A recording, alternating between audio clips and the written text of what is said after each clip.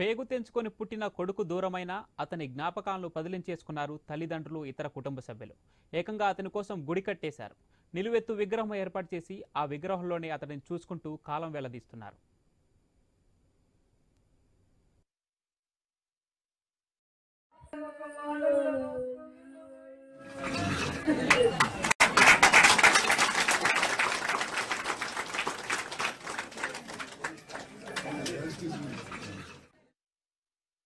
మహబూబాబాద్ జిల్లా కురువి మండలం సోదనపల్లి వాసి పొర్ల శివకృష్ణ యాదవ్ పోలీసు ఉద్యోగం సాధించే క్రమంలో రోడ్డు ప్రమాదంలో ప్రాణాలు కోల్పోయారు.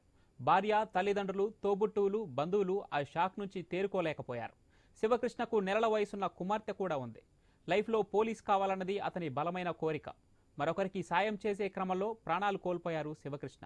ఏళ్లు గడుస్తున్నా అతని జ్ఞాపకాలను పదిలం చేసుకోవాలని తమ ఇంటి ఆవరణలోనే గుడిని నిర్మించి అందులో శివకృష్ణ విగ్రహం ఏర్పాటు చేసుకున్నారు. కష్టసుఖాలేవైనా ఆ విగ్రహం దగ్గరకు వచ్చి కొడుకు చెప్పుకొని తేలిక పడుతున్నారు తల్లిదండ్రులు.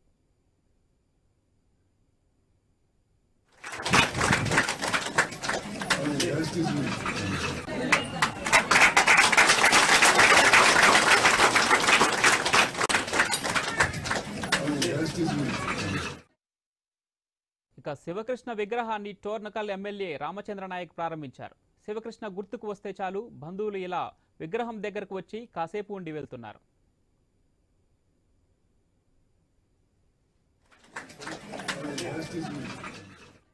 మా మామగారు అయిన పొర్ల వెంకటేశ్వర్లు, మా అత్తగారు పొర్ల సుభద్ర గారు, వాళ్ళ కుమారుడు పొర్ల శివకృష్ణ అనే వ్యక్తి అకాల మరణంతో జరిగిపోవడం జరిగింది. అయితే అతన్ని గుర్తుగా ఈరోజు మన పొర్ల శివకృష్ణ గారి విగ్రహాన్ని ఆవిష్కరించుకొని అతన్ని ఆ విగ్రహాన్ని ఎమ్మెల్యే గారు డాక్టర్ రామచంద్ర నాయక్ వారి చేతుల మీదుగా విగ్రహావిష్కరణ చేయడం జరిగింది. ఇది ఏంటంటే వాళ్ళ కుమార్తె, వాళ్ళ భార్య సరే ఈ చిన్న వయసులో జరిగిపోయిన తన కుమార్తెకు జ్ఞాపకంగా మరి తను వయసు వచ్చినా కూడా తను ఈ విగ్రహం చూసుకుంటూ వాళ్ళ నాయన మా ఈ విధంగా ఉన్నాడు అనే ఒక జ్ఞాపకంగా ఈ విగ్రహాన్ని ఆవిష్కరించుకోవడం జరిగింది. ఈసారి కూడా మరి ఏమైనా జాబ్ కొట్టుకుందామని గట్టిగా కొంచెం కష్టపడదామని రోజు కొరివి గ్రౌండ్ పోయి ప్రాక్టీస్ చేస్తూ అతని మిత్రుడు ఇద్దరు కలిసి రోజు వెళ్ళేవాడు. అదే క్రమంలో నవంబర్ 24, 2022 సాయంత్రం మధ్యాహ్నం వెళ్ళిరు, అయిపోయింది.